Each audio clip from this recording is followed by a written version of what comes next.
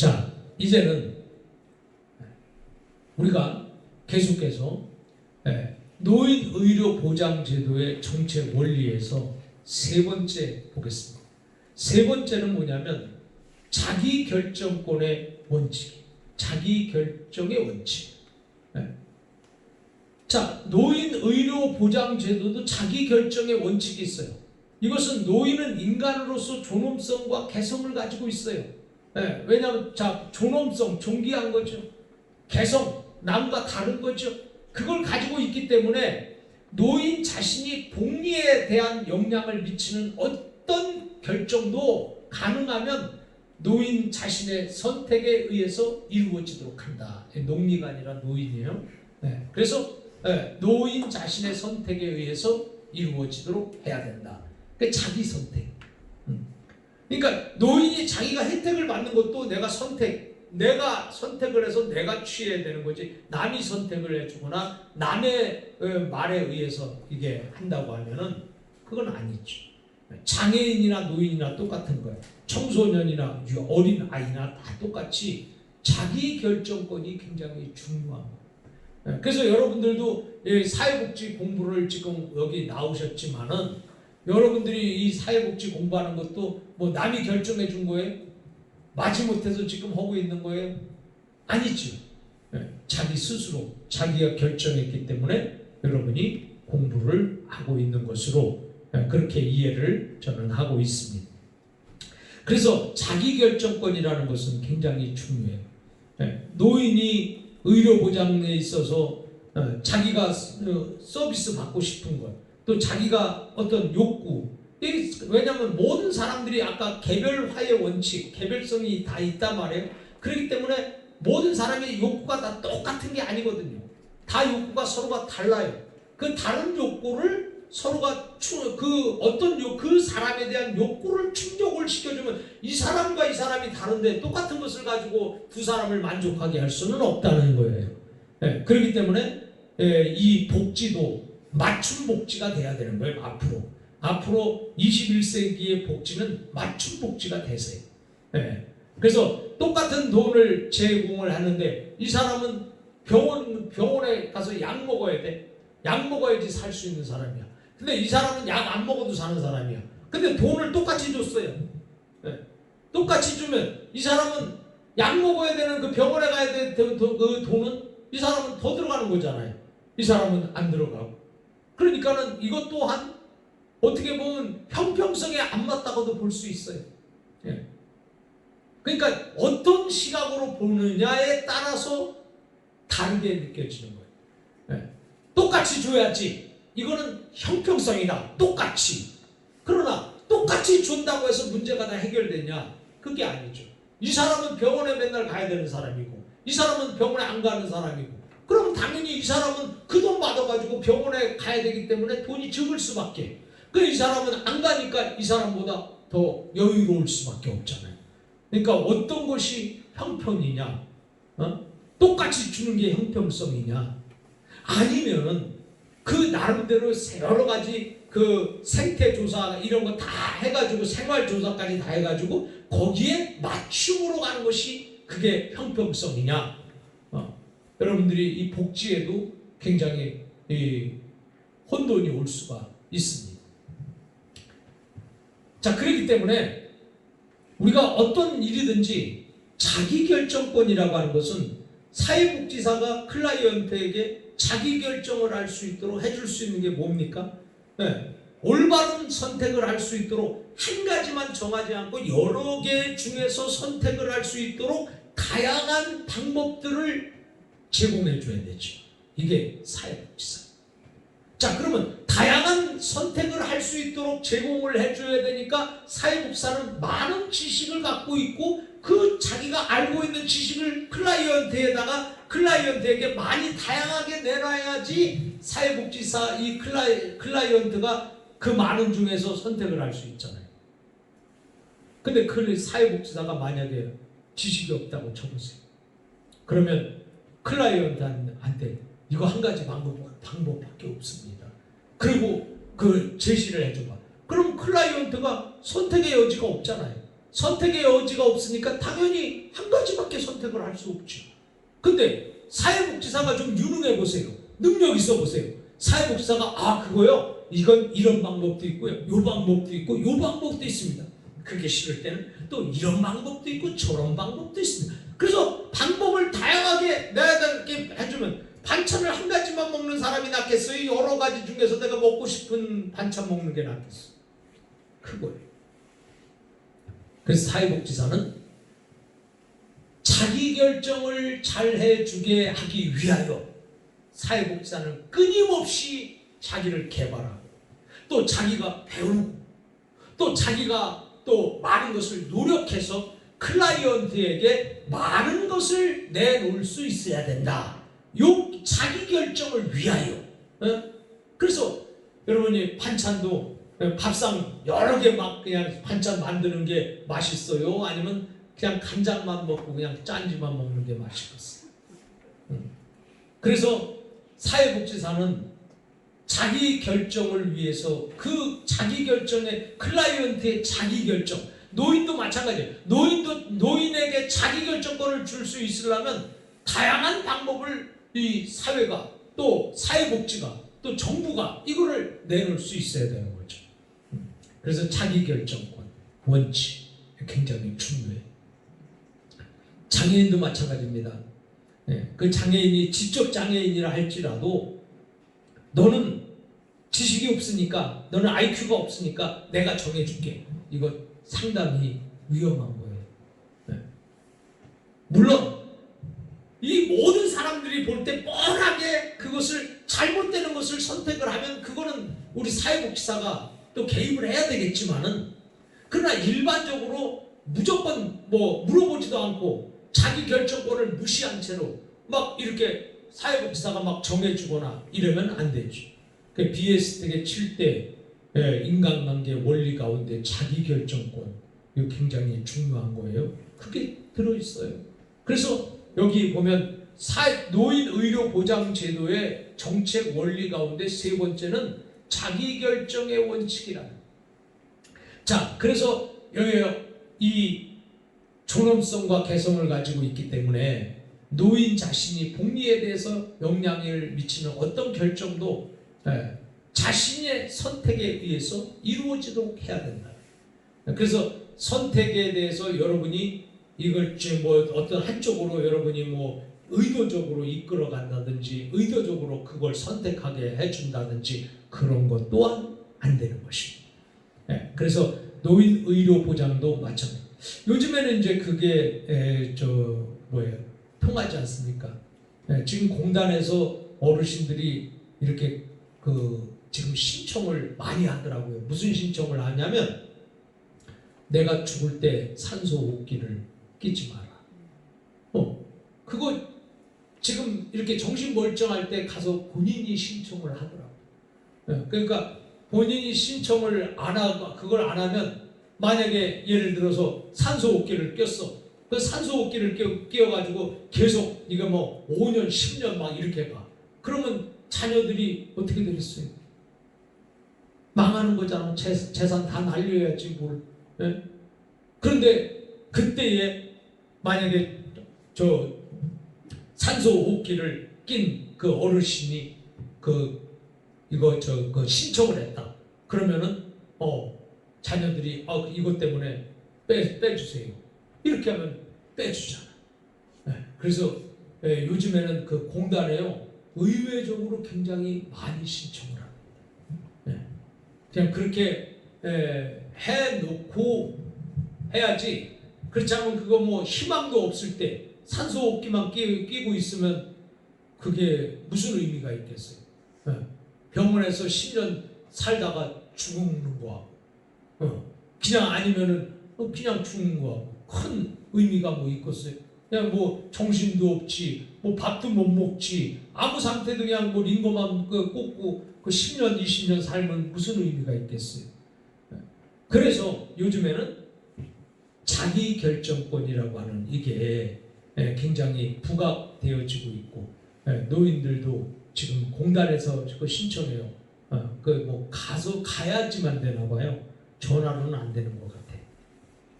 그래서 이런 자기 결정권의 원칙이 있다. 이것도 중요합니다. 세 번째 자기 결정의 원칙이에요. 자, 그 다음에 네 번째는 권리와 책임의 원칙입니다.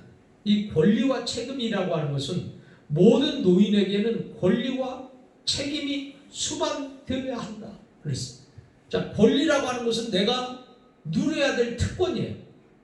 그래서 내가 가져야 될 권한이에요. 권리는 이게 내 거예요. 그래서 우리가 이 국가의 시혜가 혜택이잖아요. 그 시혜를 받는 사람들에게 주어지는 권한을 우리가 뭐라고 하죠? 수급권이라고 해요. 수급권. 자, 수급권이라고 하는 것은 이것은 내가 받아야 되는 권한이에요. 내가 인간다운 삶을 살기 위해서 내가 받아야 되는 기본적인 권한. 또 내가 받아야 되는 이 권한이기 때문에 이걸 권이라고 그래. 권리라고 하는데 이렇게 생각하면은 예를 들어서 만약에 노인 장기 요양보험제도의 그 1급이다. 1급을 받았어. 그래서 지금 서비스를 지금 받고 있어.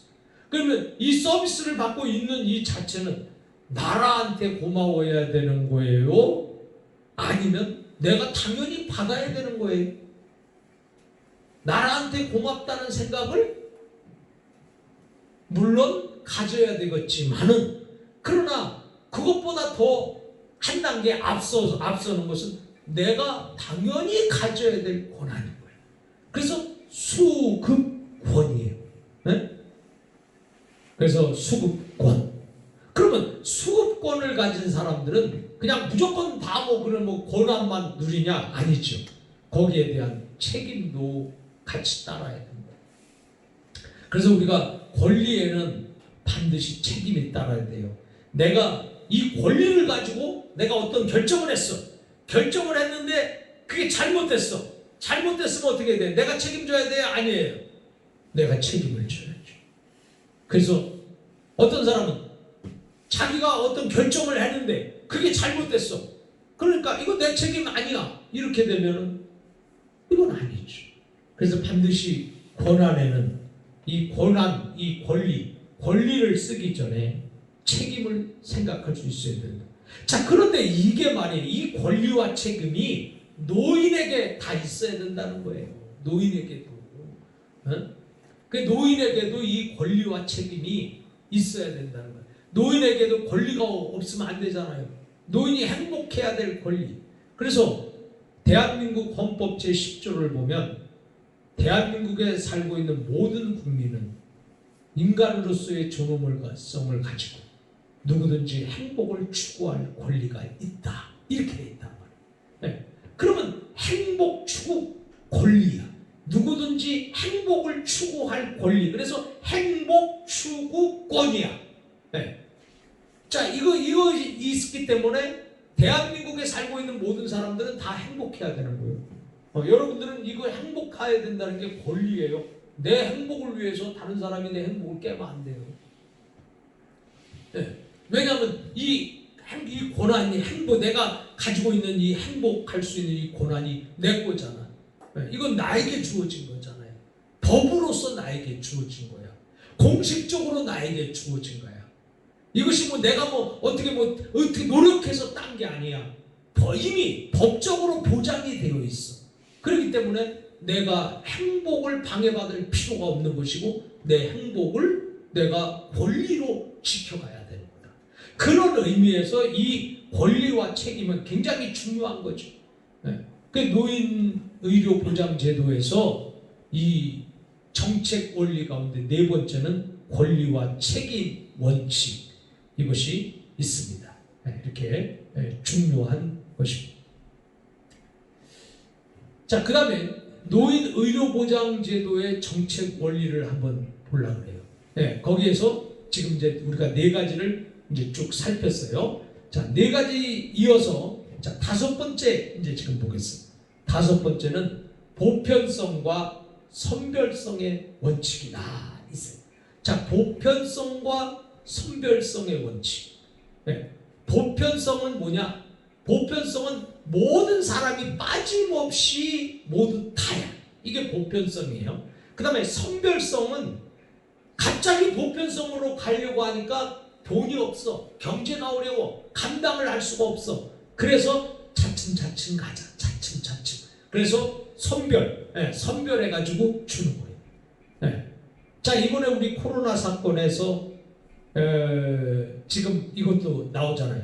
보편성. 모든 사람들에게 다 돈을 100% 줄 거냐? 아니면은 70%를 줄 거냐?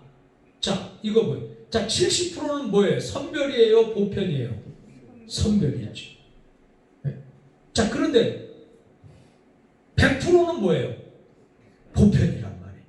그 복지는 원칙이 어떤 거예요? 선별이 원칙이에요? 보편이 원칙이에요? 보편이 원칙이에요. 네. 그렇기 때문에 우선 복지는 뭐든지 선별과 보편을 놓고 서로 다툴 때는 무조건 복지는 결론을 얘기했잖아요. 복지는 보편이어야 되죠. 네. 그래서 모든 사람이 다 똑같이 혜택을 봐야 되는 거예요. 네. 근데 이제 모든 사람이 다 똑같이 혜택을 보려고 하는데 이걸 갖다가 한꺼번에 실시를 하려니까 이게 돈이 없어. 나라가 망하게 생겼어. 그러다 보니까 우선 차츰차츰 이렇게 가겠다. 선별적으로 이렇게 나누어서 단계를 밟아서 가겠다. 그렇게 해서 선별적인 거죠. 그러나 정확한 것은, 분명한 것은, 확실한 것은 복지는 보편주의예요. 그래서 이번에도 보면 뭐 100% 이거 다 하는 거, 이거 보편. 그렇게 하면은 불만이 없어요. 근데 70% 저기 하게 되면 가장 불만 있는 사람이 누구였겠어요? 거기서 바로 일일이로 돈 10,000원 차이로 떨어지는 사람 얼마나 억울하겠어. 아예 차라리 그냥 부자면 괜찮은데. 그러니까 거기는 또 문제가 있다. 그러나 100% 있을 때는 뭐 모든 사람에게 다 일정하게 가는 거니까 뭐 문제는 없는 것이다.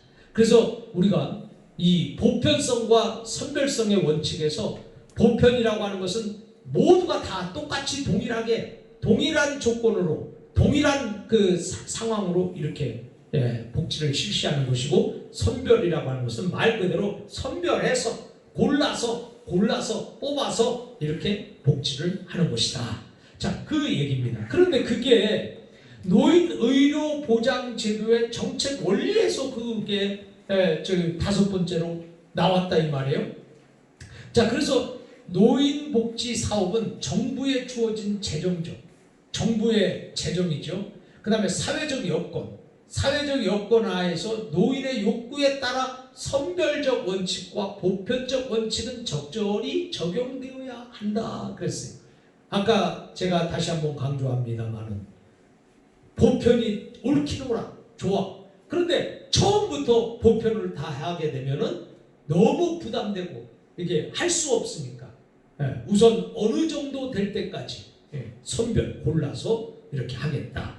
그러니까 이게 조화가 잘 이루어져야 되겠죠. 조화. 그래서 선별이냐 보편이냐 그 조화를 잘 이룰 수 있는 것도 하나의 복지의 방법이에요. 기술이에요. 그 다음에 우리가 이제 보편성과 선별성의 원칙을 우리가 생각을 했어요. 자, 이번에는 6번째로 개별적 기능의 원칙이에요. 개별적 기능의 원칙이라고 하는 것은 노인의 개별성이나 주체성에 인정해서 비롯되는 원칙이에요. 그래서 개별적 기능이라고 하는 것은 각자의 기능이잖아요. 각자 기능. 그러니까 여기서 노인의 개별성이나 주체성에서 인정해서 비롯되는 원칙이라고 했는데 각자 자기에게 능력에 따라서 개별적인 능력, 그래서 개별적 기능, 개별적으로 그 노인이 무엇을 할 수 있냐, 이것도 이제 원칙에 들어간다 이거죠. 그래서 개별적 기능의 원칙. 근데 요즘에 보면은 이제 노인 복지를 할 때에 보면은 이제 이 노인 복지의 그 강사, 종합복지관 이런 데서 강의를 할 때 이왕이면은 그 안에서 그 안에도 강의를 할 수 있는 사람이 많이 있잖아요. 젊은 사람만 꼭 와서 이렇게 강의할 게 아니라 그 안에도 개별적으로 그 강의를 할 수 있는 기능이 있는 사람이 있어요. 기능. 예. 거기 보면 노인 종합복지원에 가면은 거기는 교수님도 계시고 뭐 그다음에 연구소 소장님도 계시고 뭐 과거에 뭐 다 공무원을 비롯해가지고 여러 사람이 있는데 그 여러 사람이 다 재원이 될 수도 있는 거예요. 재원이. 그래서 개별적 기능을 볼 때에 이거 이제 아까 이제 그 개별성의 원칙하고 요건 어떻게 다르냐? 아까 개별성의 원칙은 서로 다름을 인정하는 것이고 요건 서로 다름의 기능이에요. 그 사람이 할 수 있는 능력, 기술과 능력, 그 기능, 그것의 원칙이 바로 개별적 기능의 원칙이다. 이렇게 우리가 생각해 볼 수가 있습니다. 자, 그 다음에요. 7번째로 가겠습니다. 자, 7번째는 전체성의 원칙이에요. 전체성. 그래서 노인의료보장제도의 정책 원리 가운데서 전체의 원칙의 전체성. 노인복지 사업을 전개함에 있어서 노인을 하나의 전체성을 띤 인간으로 받아들여야 한다. 자, 전체적인 인간. 이것을 우리가 이제 전인 이렇게 말해요. 전인. 그 사람 한 가지만 딱 보는 것이 아니라 전체를 가지고 볼 수 있는. 사람을 볼 때 여러분들이 그 사람 성격 나빠. 그 사람 나쁜 사람이야. 이렇게 말하면 안 되죠.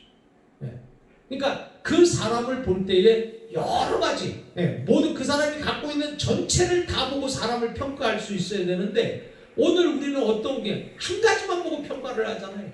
이게 이제 전체성이 안 된다는 거예요. 그래서 한 가지 그 사람의 뭐 어떤 나쁜 부분 아니면 그 사람의 좀 약한 부분 아니면 그 사람의 조금 부족한 부분을 가지고 그 사람을 판단해서는 절대로 안 되는 거예요.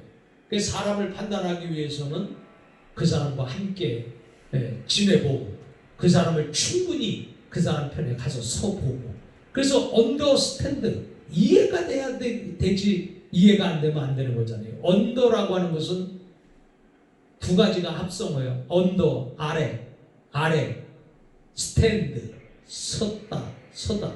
자, 그러면 이 언더 아래라고 하는 것은 발 아래. 그 사람 발 아래 가서 서봤냐? 우리가 이해한다. 내가 너를 이해해. 내가 너를 이해할게. 우리가 말하는 이 이해는 그 사람 발 밑에 가서 서보고 나서 그 사람 발 밑에 가서 서보니까 이 사람이 이해가 된다는 거야. 이 사람이. 근데 우리는 그 사람 발 밑에 가서 서보지도 않았잖아. 눈으로 보았잖아. 눈으로 보고 너는 이렇고 이랬다. 그러면 그걸 정확히 이해한 사람이 아니지. 우리는 눈으로 보는 것이 아니라 실제적으로 그 사람 발 밑에 가서 서보니까 이 사람이 이럴 수밖에 없구나. 이 사람이 너무 이럴 수밖에 없었지. 이 사람이 지금 결론 내린 이것은 너무 당연한 것일 수도 있다. 이렇게 말이에요. 그게 이해예요. 근데 우리는 이해를 하지 않고 판단을 하려고 그러지. 사회복지사는 이 이해를 잘해야 되는데 판단에 너무 능숙해 있으면 안 돼. 그래서 먼저 판단 이전에 이해가 먼저 돼야 되는 거예요. 이해. 그래서 오늘 여러분들이 이해를 잘해요. 그 사람 발밑에 가서 서보지 않고는 절대로 사람을 판단하면 안 됩니다. 그래서 사회복지사는 판단하는 사람이 아니야. 그래서 BS택은 그 인간관계 7대 원칙 가운데서 수용이라는 단어를 썼어요. 그 수용이 뭐냐? 받아들인다는 거예요. 받아들이는 거. 받아들이는데 그냥 받아들이는 거야. 무비판적으로 받아들이는 거야. 판단하지 않고 있는 그대로를 받아들인다는 거예요. 이게 수용이에요. 무비판적 수용. 이것이 BS택의 인간관계 7대 원리 가운데 수용이라는 단어가 바로 그 단어입니다. 자, 그래서 우리는 이 전체를 본다는 거예요. 사람을 볼 때에 그 사람을 전체를 보는 것을 우리가 전인이라고 하잖아요. 전인. 그래서 전인. 우리가 요즘에도 기독교에서도 보면 뭐 전인 구원 그런 말을 써요. 그러니까는 하나를 보지 않고 전체를 본다. 사람은 여러 가지가 조합되고 복잡하고 다양한 그 모든 것들이 다 전체를 볼 수 있는 그런 원칙, 그것을 우리가 전체성의 원리라고, 원칙이라고 이렇게 말합니다. 그래서 우리는 전체성의 원리, 모든 사람들을 전체를 보고 판단할 수 있고 또 전체를 보고 이해할 수 있고, 그래서 사람은 신이 아니기 때문에 판단을 하면 안 돼요. 그래서 사람은 항상 이해할 수 있는 쪽으로 우리가 가야 됩니다. 사회복지사는 사람을 판단하는 사람이 아니라 이해하는 사람입니다.